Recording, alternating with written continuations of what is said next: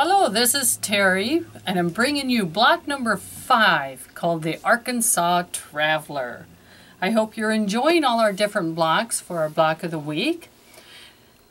As with any blocks, this one has a similar look to the spools, but blocks have different names, multiple names. The names that I've been using on all of our blocks are the ones from the resource that I found all these different lovely blocks.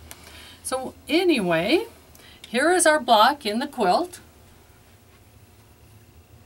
All done up, set up, very easy to use, especially when we get to use the folded corner clipper, which I will be showing you that technique today.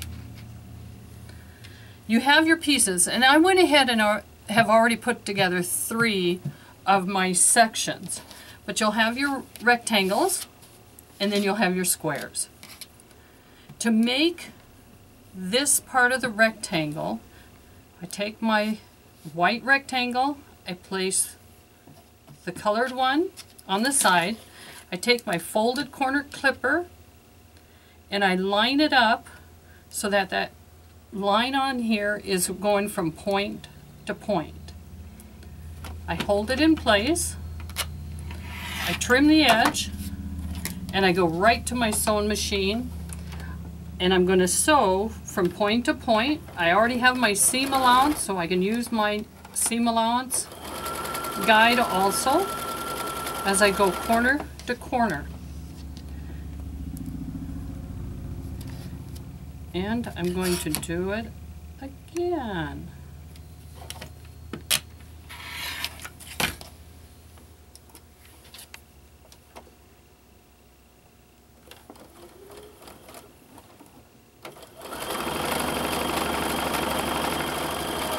By going straight to my sewing machine from the cut, I don't have to worry about my fabric shifting and moving on me. They're in place, exactly where I want them. To do the second one, again, we go to the opposite corner, but we want to make sure that this is our wide, that it's just the mirror image of this side.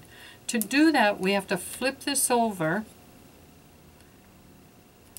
and I go, my wide part is here, my skinny part is at the top, so I know I have it laid correctly. Again, I cut away, I sew it immediately,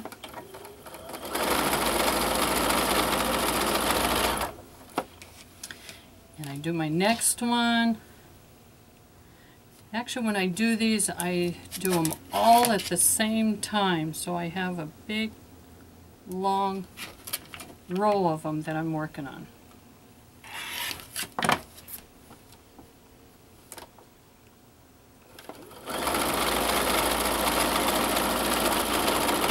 Once I have both sides done, I press.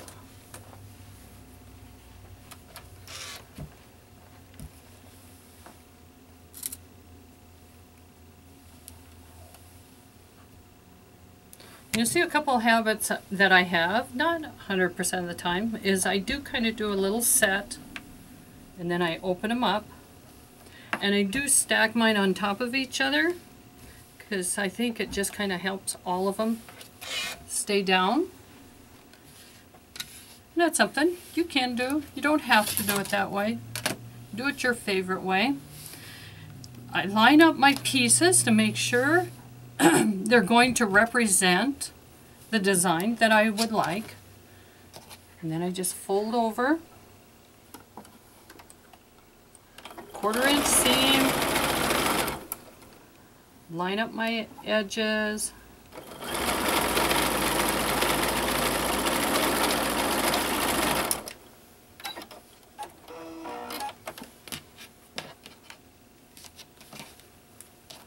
grab the other one, and I'm going to do the same thing.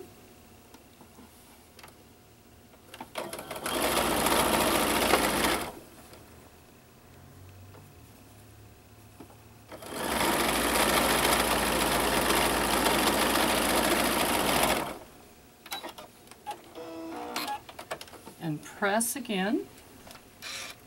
And this time I want to press to the less bulky, which happens to be to the inside.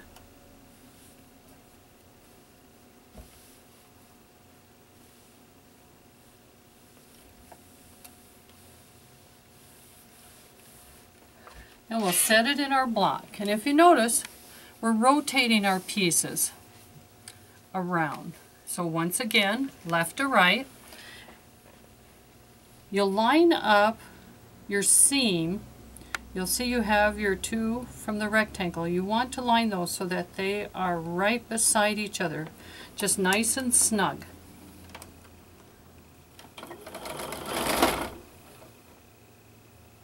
And you'll do it to the other side, and if they don't match exactly, remember we can ease one to the other. And when we ease, it's only because we're off maybe a little eighth. It's not very much, because we don't want to stretch it to the point that it starts to wrinkle and create puckers and everything else on the other side. We just want to give it a little light nudge to fall into place.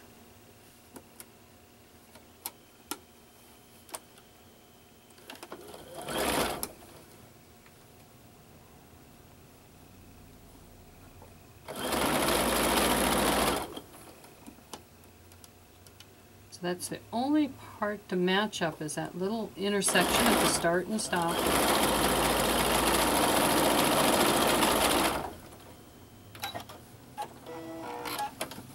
I leave them together. I open up. Hopefully I still have them going all the different directions. Fold it the other way. So I need to line up my first point, and I get them lined up, and then I line up my next spot.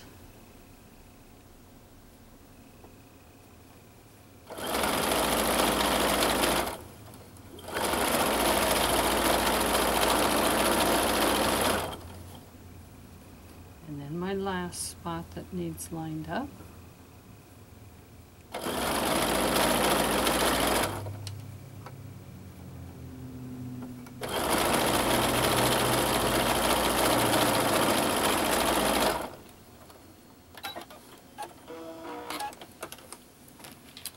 And there we have our beautiful block called the Arkansas Traveler.